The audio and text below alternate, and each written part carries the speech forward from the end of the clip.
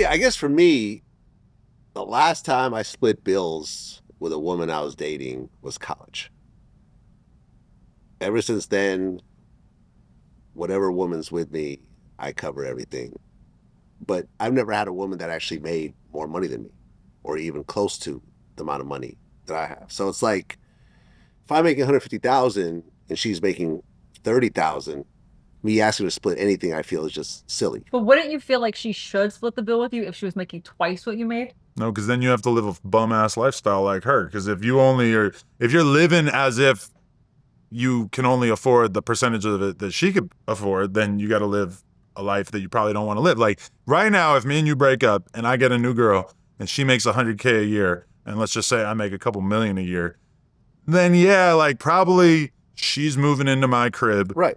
I'm paying for all the dinners. Right. Maybe I'll pay your phone bill. Maybe I'll pay your car bill, whatever. Like, because realistically, But like, I'm saying the opposite. What if she made more than you? You would want her to pay for half of everything, right? oh yeah, Yeah, it's and fair. that's what I was asking But him. when there's a big disparity, Yeah. then I completely get it, because it's like, I don't want to, it would be bizarre for me to say, oh, give me $3,000 for your half of the rent when you're making $8,000 a month. Yeah. And that $3,000 really hurts you. And meanwhile, like, I can easily afford that. But that dynamic where I own the house and she's just living with me and shit, that does lend itself to having a power dynamic where it's like, how could you be so demanding that I not have a side chick or that I don't get pussy on the side or whatever? But it's all your laundry. When the guy's paying for everything, the chick is just not really in as much of a position to be able to call the shots. But that being said, it's also like we're talking about a woman who gets into a relationship with a rich man as opposed to me and you who basically built everything together from the ground up,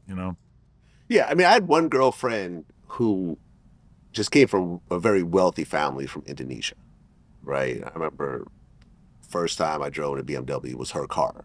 And the first time I got a Louis Vuitton wallet, she gave it to me as a gift. So, but it was a little weird to me. It kind of, as a man, I felt like, okay, so this woman just has way more than me and she's buying me gifts. And I like the gifts, but it's also a little weird being a man.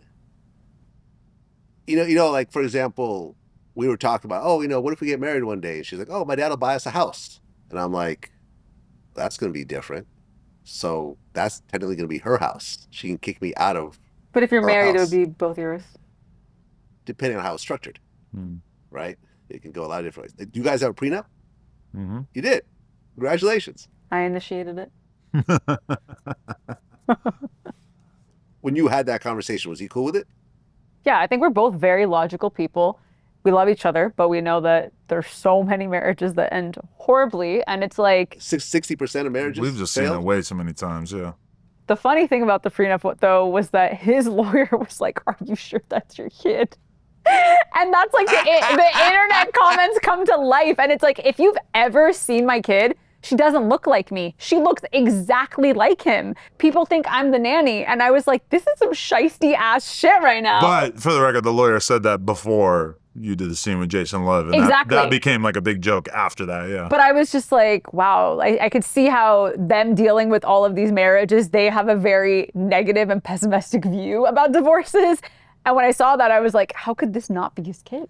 I mean, the lawyer was telling me, like, so look, they dream up every nightmare scenario that you Scare never the thought shit out of about. you. They're like, so she pays half the expenses or whatever. I'm like, yes. They go, what if one day she just decides that she doesn't want to do that anymore? And then you got to like basically like confront, okay, how would you proceed with your relationship if everything was just completely different? Or they just list off all these crazy, negative, awful things that I couldn't actually imagine you doing, but they're asking me like, what do you want to do if that happens? And it's just like, wow, Yeah. like, I really hope that doesn't happen. I hope she keeps being nice to Making me. your will and your estate and your prenup is very exhausting. You just have to think about all of these really scary adult things that you don't want to think about.